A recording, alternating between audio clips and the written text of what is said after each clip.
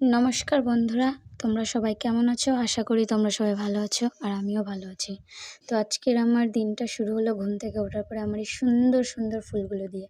ঘুম থেকে উঠে দেখলাম যে আমার গাছে অনেক ফুল ফুটেছে। দেখে মানে আমি এগুলো বর্ষাকালে লাগিয়েছিলাম। আর যখন কোনো গাছ তুমি লাগাও সেটা হয়, তারপরে সেটায় ফুল ফোটে বা ফল হয় তখন খুব ভালো লাগে, খুব আনন্দ হয়, খুব আনন্দ পাই মনে, মনে।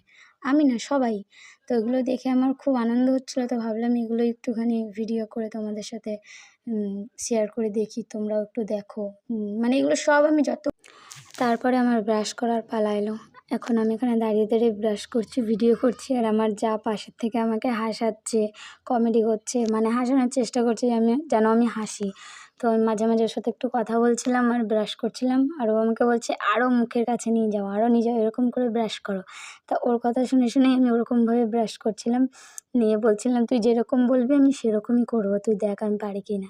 আরও বেশি বেশি করে বলছে আর হাসানোর চেষ্টা করছে। আর তারপরে যাই হোক মুখটা ধুয়ে নিলাম, আর আমি আমার যাকে এই কারণে নিয়ে আসি না আমার ভিডিওতে, ওর সবে সবে বিয়ে হয়েছে, নিয়ে আসবো কদিন পরে। ওরও ইচ্ছা হয় ভিডিও টিডিও করতে, কিন্তু লজ্জা পায়।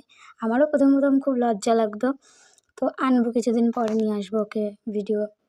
একসাথে দুজনে মিলে করব। এখন আনি না, অনেক কারণ আছে, তাই কদিন পরে আমরা দুজনে মিলে একসাথে ভিডিও করব। আমার শাশুড়ি, আমি, আমার যা, তিনজনে মিলে, তখন আরও সুন্দর সুন্দর ভিডিও করতে পারবো। আর যেহেতু আমার মানে ফোন ধরার লোক নেই, আমার একা একাই ধরে এখানে ওখানে রেখে ঠেকে করতে হয়, তো আমার একটু প্রবলেম হয়, ভিডিওগুলো ভালো করতে পারি না। এবারে চলে আসলো আমার চা খাওয়ার পালা। মুখটা ধুয়ে ওই ঘরে চলে গেলাম, চা বানিয়েছিল, চা খেতে যা ডাকলো।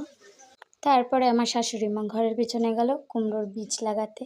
এখন কুমড়োর বীজ লাগাতে গিয়ে দেখছে মাঠে ঘুরে এগুলো। এখন আমাকে ডাকলো, আমি গিয়ে দেখলাম, নেম বললাম এগুলো তো সাপের ডিম, তুমি কোথায় পেলে? বলে এই যে কুমড়োর বীজ লাগাতে এসে এখানে দেখলাম যে এগুলো রয়েছে মাটির নিচে। তাই আমি বললাম যাই হোক ভেঙো না, এখানে পাশে রেখে দাও, যদি সাপের ডিম, সাপেরই ডিম এগুলো, কারণ এত বড় বড় অন্য কিছু ডিম হয় না। তো রেখে দিলাম ওখানে। বললাম ওর মা একবার না একবার তো আসবে দেখতে, নিয়ে যাবে দেখলে।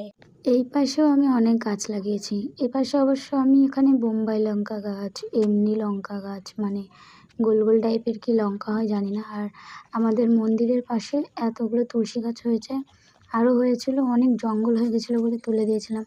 আর এখানে দেখো এই গাছে মাত্র 2টো জবা ফুল হয়েছে, আর এই গাছটাতে তো ফুলই হয় না কোনো, লাল জবাটা। আর সেই হিসাবে ওখানে আমি একটা ছোট্ট জবা ফুল গাছের ডাল লাগিয়েছি। এটা আমাদের মন্দির, ওই গাছটায় আবার অনেক ফুল হয়।